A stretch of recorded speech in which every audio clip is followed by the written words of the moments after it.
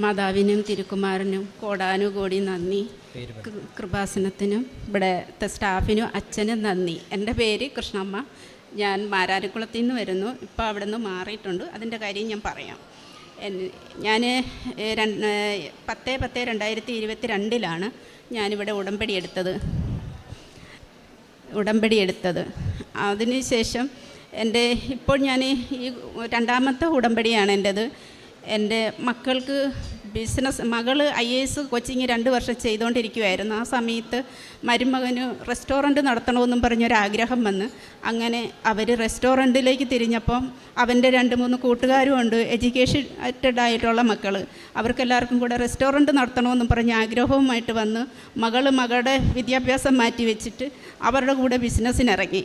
അങ്ങനെ അവർ 5 പേര് പാർട്ട്ണർമാരായിട്ട് ബിസിനസ് തുടങ്ങി. ഒരുപാട് 3-4 കടകളുണ്ടായിരുന്നു. എല്ലാം നല്ല രീതിയിൽ പോയിക്കൊണ്ടിരിക്കുമായിരുന്നു. അതിൻ്റെ ഇടയിൽ ഒരു പയ്യന് കയറിയ ഈഗോയുടെ പേരിൽ ആ കടകളെല്ലാം പൂട്ടി. മക്കളുടെ പേരിലായിരുന്നു കമ്പനി. ആ കമ്പനിയുടെ പേരിലാണ് ലോണുകളെല്ലാം എടുത്തത്. അങ്ങനെ 1 കോടി രൂപ മക്കൾക്ക് കടം വന്ന്. പിന്നെ എൻ്റെയും മോളുടെയും ഒരു 50 പവൻ്റെ സ്വർണ്ണം ഉണ്ടായിരുന്നു. അതും അവർ കൊണ്ടുവച്ച് അതും ലേലം പോയി. എൻ്റെ മകൾ അതെല്ലാം ഞാൻ അറിഞ്ഞു കഴിഞ്ഞപ്പോൾ എനിക്ക് മനസ്സിലായി ഇനിയൊന്നുമില്ല, 3 പേരും ആത്മഹത്യ ചെയ്യുമെന്നൊരു ബോധം എനിക്ക് വന്നപ്പോൾ ഞാൻ ഓടി ഇവിടെ വന്നിട്ട് അച്ഛനെ കാണാൻ ശ്രമിച്ച് എന്താ സൊല്യൂഷനെന്ന് ചോദിക്കാം. പക്ഷേ എനിക്ക് കാണാൻ പറ്റിയില്ല. എന്തെങ്കിലും പ്രൂഫ് ഉണ്ടെങ്കിലേ കാണാൻ പറ്റുള്ളൂ എന്ന് പറഞ്ഞു. ഞാൻ തിരിച്ചു പോയി.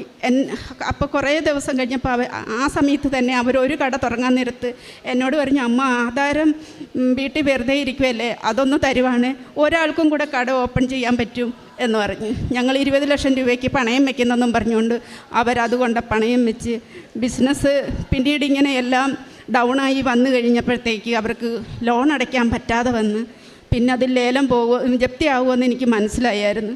പക്ഷേ ഈ വീട് സ്ഥലവും എനിക്ക് വിൽക്കുവാനായിട്ട് സാധിക്കുന്നില്ല. മക്കളുടെ ബിസിനസ് പൊട്ടിയപ്പോൾ നാട്ടുകാരെല്ലാം അറിഞ്ഞ് എല്ലാവരും ചുലു വിലയ്ക്ക് അത് വാങ്ങാൻ വേണ്ടി വന്ന്. പക്ഷെ അങ്ങനെ കൊടുത്താൽ കടം തീർക്കാൻ പറ്റില്ല, മക്കളെ രക്ഷിക്കാൻ പറ്റില്ല.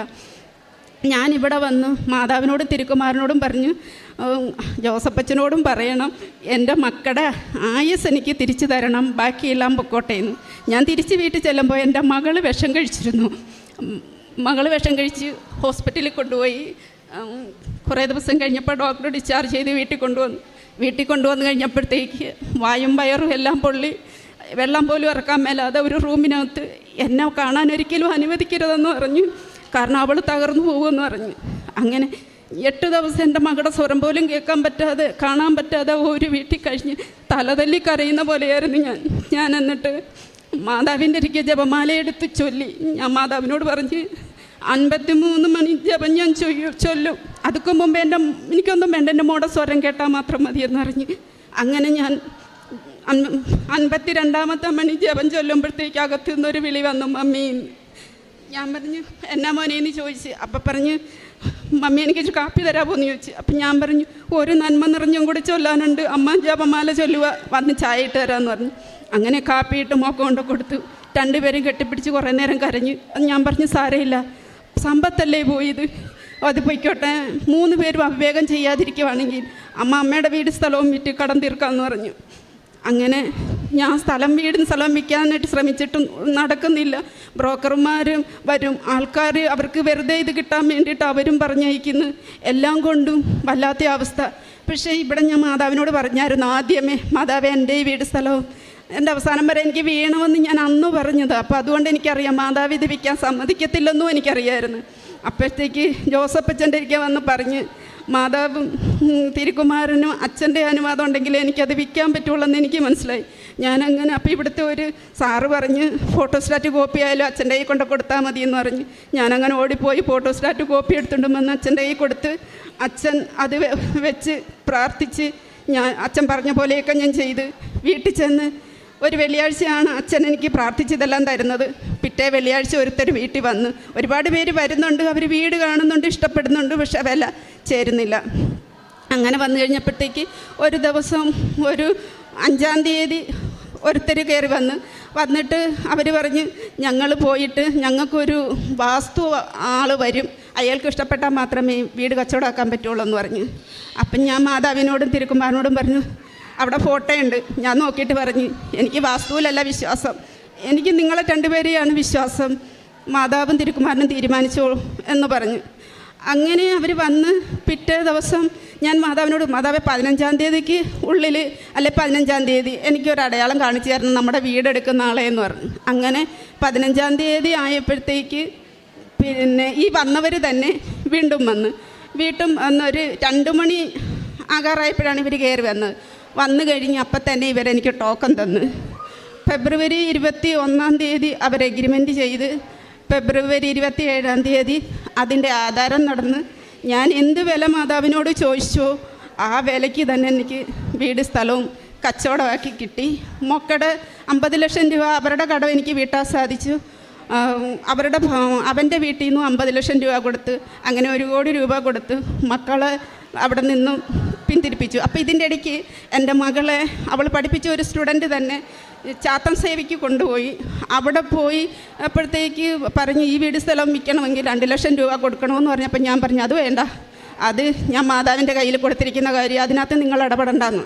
അപ്പം മോളെ അതിൽ നിന്നും പിന്തിരിപ്പിക്കാൻ ഞാൻ ഒരുപാട് ശ്രമിച്ചിട്ടും നടക്കുന്നില്ലായിരുന്നു. അപ്പം ഞാനിവിടെ മാതാവിനോട് പറഞ്ഞു, മാതാവേ എൻ്റെ മകളെ മാതാവിൻ്റെ അരികെ കൊണ്ടുവരണം, അവൾക്ക് വിശ്വാസമാകുന്ന രീതിയിൽ ആരെങ്കിലും കൊണ്ട് അവളെ സംസാരിപ്പിക്കണം, എങ്കിൽ മാത്രമേ അവളിവിടെ വരുവുള്ളൂ പറഞ്ഞു. അങ്ങനെ ഒരു 3 ദിവസം കഴിഞ്ഞപ്പോഴത്തേക്ക് എൻ്റെ മോൾ എനിക്കൊരു കോൾ ചെയ്തിട്ട് കുറേ സാക്ഷ്യങ്ങൾ ഇങ്ങോട്ട് പറഞ്ഞു, ആരോ അവളോട് പറഞ്ഞ സാക്ഷ്യങ്ങൾ. എന്നിട്ട് എന്നോട് പറഞ്ഞു എനിക്ക് പള്ളി വരെ ഒന്ന് വരണമെന്ന് പറഞ്ഞു. ഞാൻ പറഞ്ഞു വരാൻ പറഞ്ഞു. അങ്ങനെ ഞാൻ അവളെയും കൊണ്ട് ഇവിടെ വന്ന് കുറേ നേരം ഇരുന്ന് കഴിഞ്ഞപ്പോൾ ശാന്തയായി അവൾ തിരിച്ച് വന്നു കഴിഞ്ഞിട്ട് ഇവൾ ഒരു 3-4 ദിവസം കഴിഞ്ഞപ്പോൾ പറഞ്ഞു, അമ്മ എനിക്ക് ഉടമ്പടി എടുത്താൽ കൊള്ളാമെന്നുണ്ട്. ഞാൻ പറഞ്ഞു അതിനെന്താ വരാൻ പറഞ്ഞു. ഞാൻ പറഞ്ഞു മാതാവിനിപ്പം ഏത് രീതിയിലാണ് നിന്നെ നയിക്കാൻ തോന്നുന്നു ആ രീതിയിൽ പോട്ടെ എന്ന് പറഞ്ഞു. അങ്ങനെ ഇവിടെ വന്ന് ഉടമ്പടി എടുത്ത് 3-ൻ്റെ അന്ന് അവൾക്ക് ഇവിടെ ക്രിസ്ത്യൻ സ്കൂളിൽ തന്നെയാണ് അവൾക്ക് ഹൈ സെക്കൻഡറി സ്കൂളിൽ അധ്യാപികയായിട്ട് ജോലിയും കിട്ടി. ഇപ്പോൾ സന്തോഷമായിട്ട് അമ്മയും കുഞ്ഞും മോനും നടക്കുന്നുണ്ട്. മരുമകൻ ഒരു കമ്പനിയിൽ മാനേജറായിട്ടും പോകുന്നുണ്ട്. എന്നെയും എൻ്റെ മക്കളെയും ഒരു ചിറകിൻ്റെ കീഴിലെന്ന പോലെയാണ് ഇവിടെ മാതാവ് തിരുക്കുമാരനും കൊണ്ട് നടക്കുന്നത്. ഇതിൻ്റെ ഇടയിൽ ഞാൻ ഡെയിലി പ്രാർത്ഥിക്കുമായിരുന്നു. ഹിന്ദുക്കളായതുകൊണ്ട് കൈ നിവർത്ത് ഞങ്ങളുടെ ഒരു പ്രാർത്ഥന ഞാൻ ചൊല്ലുമായിരുന്നു. പക്ഷേ അത് ചൊല്ലാൻ നേരത്ത് ആദ്യത്തെ ദിവസവും 2-ാമത്തെ ദിവസവും എൻ്റെ കയ്യിൽ ഞാൻ ഓരോ കുരിശ് കണ്ട്, അത് എവിടെ നിന്ന് വന്നു എന്ന് എങ്ങനെ വന്നു എന്ന് പോലും എനിക്കറിയത്തില്ല. ഞാൻ ഒറ്റയ്ക്കാണ് വീട്ടിൽ. അങ്ങനെ ഞാൻ കണ്ടു. പിന്നീട് എനിക്കുണ്ടായത് വീട്ടിൽ ഞാൻ ഒറ്റയ്ക്കായിരുന്നു. അപ്പോഴത്തേക്ക് മാതാവിനോടും ഈശോയോടുമാണ് ഞാൻ കൂടുതൽ സംസാരിക്കുന്നത്. അപ്പോൾ ഒറ്റയ്ക്കായപ്പോൾ അപ്പുറം ഇപ്പുറമൊക്കെ കള്ളന്മാരൊക്കെ കയറും എടുക്കുകയൊക്കെ ചെയ്തപ്പോൾ എല്ലാവരും എന്നെ പറഞ്ഞ് പേടിപ്പിക്കുന്നുണ്ടായിരുന്നു. അപ്പോഴത്തേക്ക് ഞാൻ ഏതെങ്കിലും ഒരു ബെഡിൽ നിന്ന് കിടക്ക വലിച്ചുകൊണ്ടും വന്നിട്ട് മാതാവിൻ്റെയും തിരുക്കുമാരൻ്റെയും ഫോട്ടോ ഇരിക്കുന്ന അവിടെ കിടക്കുമായിരുന്നു. അങ്ങനെയായി ഒരു ദിവസം എനിക്ക് പാനി കൊണ്ട് ഒന്നും അനങ്ങാൻ പോലും മേല, മരുന്ന് മേടിക്കാൻ പോകാനോ എനിക്കൊന്ന് എഴുന്നേൽക്കാനോ പോലും മേല. ഞാനിങ്ങനെ മാതാവിനോട് പറഞ്ഞു എനിക്ക് ആരുമില്ല, ഇച്ചിരി വെള്ളം എടുത്ത് കുടിക്കാൻ പോലും പറ്റുന്നില്ലല്ലോ എന്നും പറഞ്ഞിങ്ങനെ കിടന്ന് ഞാനൊന്ന് ഉറങ്ങിയതേ ഉള്ളൂ. പക്ഷേ ഞാൻ സ്വപ്നത്തിൽ കണ്ടത് മാതാവ് സിൽവർ കളറിലെ മാതാവ് നിന്ന് ആവി പിടിക്കുന്നു, നല്ല വിയർത്തൊഴുകുന്നുണ്ട്. അപ്പം ഞാൻ ഉറക്കത്തിൽ തന്നെ ചോദിക്കുന്നുണ്ട്, മാതാവ് എന്താ ആവി പിടിക്കുകയാണോ, എന്താ ഇങ്ങനെ വിയർത്തൊഴുകുന്നത്, ചത്തുപോയോ, സ്റ്റാച്ചു ആണോ എന്നൊക്കെ ഞാൻ ചോദിക്കുന്നുണ്ട്. പക്ഷേ ഇച്ചിരി കഴിഞ്ഞപ്പോൾ ഞാൻ എഴുന്നേറ്റ് പോയി ആവി പിടിച്ച് നേരം വെളുത്തപ്പോൾ എൻ്റെ പനിയല്ലേ എവിടെ പോയി എന്താണെന്ന് ഇപ്പോഴും എനിക്ക് അത്ഭുതമായിട്ടിരിക്കുന്ന ഒരു കാര്യമാണത്. എൻ്റെ വീട്ടിൽ പെയിൻറ്റ് ചെയ്യാൻ വന്നൊരു പയ്യനുണ്ടായിരുന്നു. അവൻ മേളത്തെ നിലയിൽ നിന്ന് താഴെ വീണപ്പോഴത്തേക്ക് എല്ലാവരും കൂടെ പറഞ്ഞു ഉടനെ ഹോസ്പിറ്റലിൽ കൊണ്ടുപോകാമെന്ന് പറഞ്ഞു. അപ്പം ഞാൻ പറഞ്ഞു ഒരു ശകല സമയം എനിക്ക് തരണമെന്ന് പറഞ്ഞു. അപ്പോൾ അവൻ്റെ ദേഹം മൊത്തം പൊട്ടിയിട്ട് നീരൊക്കെ വെച്ച് അവൻ നല്ല കരയുന്നുണ്ടായിരുന്നു. ഞാൻ ഓടിപ്പോയി ആ തൈലം എടുത്തുകൊണ്ട് വന്ന് അവൻ്റെ കൈയും കാലും ആ പൊട്ടലിലൂടെയൊക്കെ തന്നെയാണ് ഞാൻ തേച്ചത്. കുരിശ് വരച്ച് വിശ്വാസ പ്രമാണം ചൊല്ലി. കൂടെ നിന്ന് 2-3 ആൺപിള്ളേർ കളിയാക്കി. പക്ഷേ എന്നിരുന്നാലും ഞാൻ പറഞ്ഞു ഇത് ശരിയാവുമെന്ന് പറഞ്ഞു. ഒരു 10 മിനിറ്റ് കഴിഞ്ഞിട്ട് നമുക്ക് ഹോസ്പിറ്റലിലേക്ക് കൊണ്ടുപോകണോ വേണ്ടിയോ എന്ന് തീരുമാനിക്കാം, മോൻ എന്ത് പറയുന്നെന്ന് ചോദിച്ച്. അപ്പോൾ ഇച്ചിരി കഴിഞ്ഞപ്പോൾ പറഞ്ഞു അമ്മേ എനിക്ക് കുഴപ്പമില്ലെന്ന് തോന്നുന്നു കേട്ടോ, വേദന കുറഞ്ഞു കേട്ടോ എന്ന് പറഞ്ഞു. അങ്ങനെ കുറേ നേരം കഴിഞ്ഞപ്പോൾ അവൻ വീണ്ടും പെയിൻറ്റ് പണി ചെയ്യാൻ തുടങ്ങി. ഈ നിമിഷം വരെ അവന് കുഴപ്പമൊന്നുമില്ല. അങ്ങനെ ഒരു അനുഗ്രഹം. പിന്നെ എൻ്റെ അടുത്തുള്ള 3 സ്ത്രീകൾ കിടപ്പിലായിരുന്നു. അപ്പോൾ അവർക്ക് വേണ്ടിയിട്ട് അവരറിയാതെ ഞാൻ പ്രാർത്ഥിക്കുന്നുണ്ടായിരുന്നു. അപ്പോൾ അവരും ഇപ്പോൾ എഴുന്നേറ്റ് നടന്ന് ഓരോ ജോലി ചെയ്യുന്നത് ഞാൻ കണ്ണിൽ കാണുന്നുണ്ട്. അതും എനിക്ക് സന്തോഷം. പിന്നെ ഇവിടെ ഞാൻ നിയോഗത്തിൽ വെച്ചതായിരുന്നു മക്കളുടെ കാര്യം, വീട് വിൽപ്പന. പിന്നെ ജോസഫ് അച്ഛന് വേണ്ടി അതെന്തുകൊണ്ടാണ് അങ്ങനെ സംഭവിച്ചതെന്ന് എനിക്കറിയത്തില്ല. ഞാൻ അവിടെ നിയോഗം എഴുതാനിരുന്നിട്ട് ജോസഫ് അച്ഛൻ്റെ ആയുസ്സിനും ആരോഗ്യത്തിനും വേണ്ടിയിട്ട് നിയോഗം ഒരെണ്ണം ഞാൻ എഴുതിയത്. അതെന്താണെന്ന് അച്ഛനെ അറിയാവുള്ളൂ, എനിക്കറിയില്ല. ഞാൻ എന്നാലും പ്രാർത്ഥിക്കുന്നുണ്ട്. കാരണം ഈ ഒരു സ്ഥാപനം ഉള്ളത് കൊണ്ടാണല്ലോ ഇവിടെ ഓടി വരാനും ഈ മണ്ണി ചവിട്ടാനും ഇത്രയും അനുഗ്രഹങ്ങൾ കിട്ടാനും കാരണം. അപ്പോൾ അതുകൊണ്ട് തന്നെ അച്ഛൻ ആയുസ്സോടെ ഇരിക്കാൻ വേണ്ടിയിട്ട് എന്നും പ്രാർത്ഥിക്കാറുണ്ട്. പിന്നെ ഞാൻ പത്രം കൊടുക്കാറുണ്ട്, പിന്നെ വൃദ്ധസദനത്തിൽ പോകാറുണ്ട്, രോഗികളെ കാണാറുണ്ട്. ഒരു ദിവസമെങ്കിലും ഒരാൾക്കെങ്കിലും ഒരു ഗ്ലാസ് വെള്ളമെങ്കിലും കൊടുക്കാൻ ശ്രമിക്കാറുണ്ട്. പിന്നെ മരുന്ന് മേടിക്കാൻ ആർക്കെങ്കിലും ബുദ്ധിമുട്ടുള്ളവർക്ക് ഏതെങ്കിലും വിധത്തിൽ സഹായിക്കാറുണ്ട്. കല്യാണം കഴിക്കാനായിട്ട് സ്വർണം കൊടുക്കാൻ നിവർത്തിയില്ലാതെ ഒരുപാട് പേര് കരഞ്ഞു വന്ന് വിഷമിച്ച് പറയുന്നവരുടെ ഉണ്ട്. ഞാൻ ലോൺ പോലും എടുത്ത് മാസാമാസം അടച്ചു പോലും ഓരോ തരി പൊന്നെങ്കിലും കൊടുത്ത് ഞാൻ അവരെ സഹായിച്ചിട്ടുണ്ട്. ഇന്നും എനിക്ക് കിട്ടുന്ന എൻ്റെ കടത്തിൻ്റെ അടിക്കും എന്തെങ്കിലുമൊക്കെ എന്നെ കഴിവ് സഹായം ഞാൻ എല്ലാവർക്കും ചെയ്യുന്നുണ്ട്. ഇത്രയുമാണ് എനിക്ക് മാതാവിനും തിരുക്കുമാരനും കോടാനുകോടി നന്ദി. പരിശുദ്ധ അമ്മയുടെ മധ്യസ്ഥതയിൽ നമ്മളെല്ലാവരും ഈ ഹൃദയം കൊണ്ട് കേൾക്കേണ്ട ഒരു സാക്ഷ്യം കൂടിയാണ്. വളരെ വ്യക്തമായിട്ട് ഈ അമ്മ അത് പറയുകയും ചെയ്യുന്നുണ്ട്. അതായത് ജീവിതത്തിൽ എപ്പോഴും ഒരു അവസാനത്തെ സ്റ്റെപ്പ് എന്നോണം ഓടി ഇവിടെ മാതാവിൻ്റെ അടുക്കൽ വന്ന് അതിനുശേഷം ജീവിതം തിരികെ പിടിച്ചതിൻ്റെ വലിയൊരു സാക്ഷ്യമാണ്. ചുരുങ്ങിയ ഭാഷയിൽ പറയുമ്പോൾ അത് പൂർണ്ണമായിട്ട് മനസ്സിലാക്കാനും അല്ല പൂർണ്ണമായിട്ട് വാക്കുകളിലേക്ക് ആക്കുവാനും നമുക്ക് പറ്റില്ലല്ലോ. പക്ഷേ ആ സാക്ഷ്യത്തിനോടൊപ്പം മാതാവ് കൂടെ നിന്നു എന്നുള്ളത് വളരെ വ്യക്തമായിട്ട് അനുഭവം ഉണ്ട് എന്ന് അത് സാന്നിധ്യം കൊണ്ട് മനസ്സിലായിട്ട് തന്നെയാണ് ഈ അമ്മ ഇവിടെ സാക്ഷ്യം പറയാൻ നിൽക്കുന്നത്. ഒന്നാമത്തേത് വിശുദ്ധമായി നമ്മൾ ചൊല്ലേണ്ട ജപമാലയെക്കുറിച്ച് വലിയൊരു ബോധ്യം ഈ ഒരു സാക്ഷ്യത്തിലുണ്ട്. അപ്പോൾ ഒരു അക്രൈസ്തവരായിട്ടുള്ള ഒരു ജപമാലയുടെ ശക്തിയെക്കുറിച്ച് നമ്മളെ പഠിപ്പിക്കുകയും അതിൽ നിന്ന് ലഭിച്ച അനുഭവങ്ങൾ വെച്ച് നമ്മളെ വിസ്മയിപ്പിക്കുകയും ചെയ്യുന്നത് ഇത് ആദ്യത്തെ സാക്ഷ്യമല്ല. പക്ഷേ ഈ ഒരു സാക്ഷ്യത്തിൽ ഇത്രയേറെ ജപമാലയോട് പ്രാർത്ഥിച്ച് അവസാനത്തെ വരെ ചൊല്ലുമ്പോഴേക്കും മാതാവ് എനിക്കൊരു മറുപടി തരുമെന്നുള്ളൊരു ബോധ്യത്തിൽ ആ വിശ്വാസത്തിൻ്റെ ബലത്തിൽ, ഈ അമ്മയുടെ വിശ്വാസത്തിൻ്റെ ബലത്തിൽ തന്നെയാണ് മക്കളൊക്കെയും ജീവിതത്തിലേക്ക് തിരികെ പിടിച്ചതും.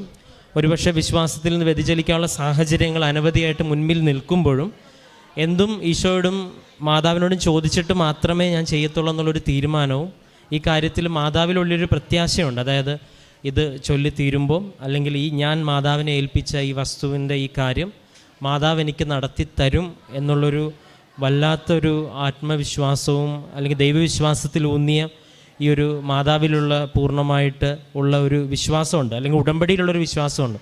അത് ഈ ഒരു അനുഭവ സാക്ഷ്യത്തിൽ നിന്ന് വളരെ വ്യക്തമായിട്ട് മനസ്സിലാകും. പിന്നെ അവസാനം ചേർത്ത് വെക്കുമ്പം ഉടമ്പടിയിൽ എല്ലാ കാര്യങ്ങളും വിശ്വസ്തയോടെ പാലിക്കാൻ ശ്രമിച്ചു എന്നുള്ളതിൽ ഒരു സംശയമില്ലാതെ പറയാൻ പറ്റും. ഈശോ പ്രാർത്ഥിക്കുന്ന സമയത്തൊക്കെയും സാന്നിധ്യം നൽകിയിട്ടുണ്ടെന്നും സാക്ഷ്യത്തിലുണ്ട്. ഒപ്പം ഇവിടെ ഒരു ബുദ്ധിമുട്ടുണ്ടാകുമ്പോൾ ഓടി വരാനായിട്ട് ഒരു സ്ഥലം മാതാവ് നൽകിയതിനെ പ്രതി, ഒപ്പം അത് നൽകുവാൻ ഇടവന്ന സാഹചര്യങ്ങളെല്ലാം പ്രതി ദൈവത്തിന് നന്ദി പറയുകയും അതിന് കാരണക്കാരെ ഓർത്ത് പ്രത്യേകം ദൈവത്തിനോട് പ്രാർത്ഥിക്കുകയൊക്കെ ചെയ്യുന്നത് ഇതിൻ്റെ ഒരു യഥാർത്ഥ ഒരു ശക്തിയും ബോധ്യവും മനസ്സിലാവുമ്പോഴാണ്.